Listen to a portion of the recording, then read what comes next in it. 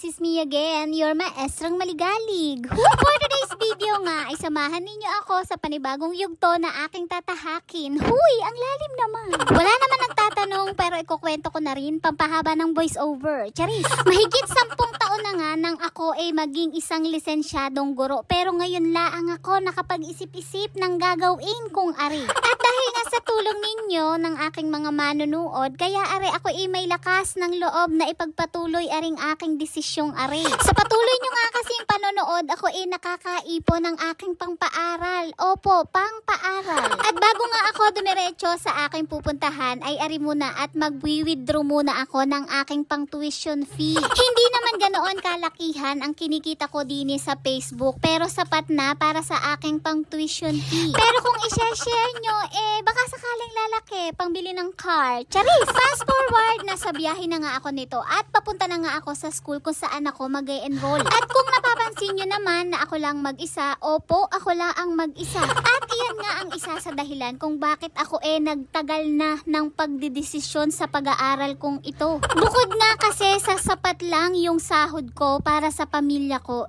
takot nga kasi akong mag-isa. Feeling ko ba hindi ko kaya kapag wala akong kakilala, kapag wala akong kausap, ganun. Kaya ito, medyo inugat na nga ako bago nakapag-desisyon na mag-aral nga ulit. Hindi pa nga kasi available yung mga kaibigan ko na nagbabalak ding mag-aral. Pero sabi ko nga, andito na ako, nakapag-desisyon na, kaya sige, mauna muna ako. Fast forward, nandito na nga ako sa school kung saan ko napiling mag-masteral at dito nga iyon sa Tomas del Rosario College located at Balanga, Bataan. Karamihan nga sa mga kaklase ko dito nagtapos ng kanilang masteral kaya dito ko na rin naisipan na mag-aral. Pagdating ko nga sa Office of Registrar, sinabi nila sa akin na kailangan ako mayroong online registration.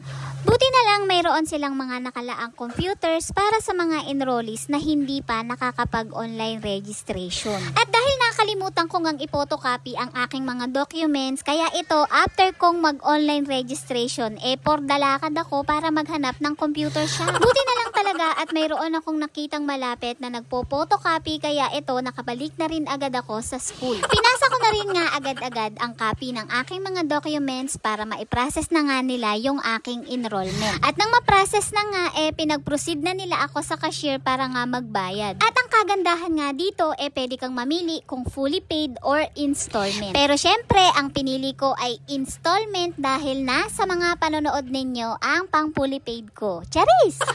Ay siya, papaano? Salamat sa inyo ha, dahil sa inyo kung bakit ako nakapag-enroll for today's video. At iyon lang for today's video. Salamat sa panonood. Hanggang sa mga susunod na vlog. Thank you!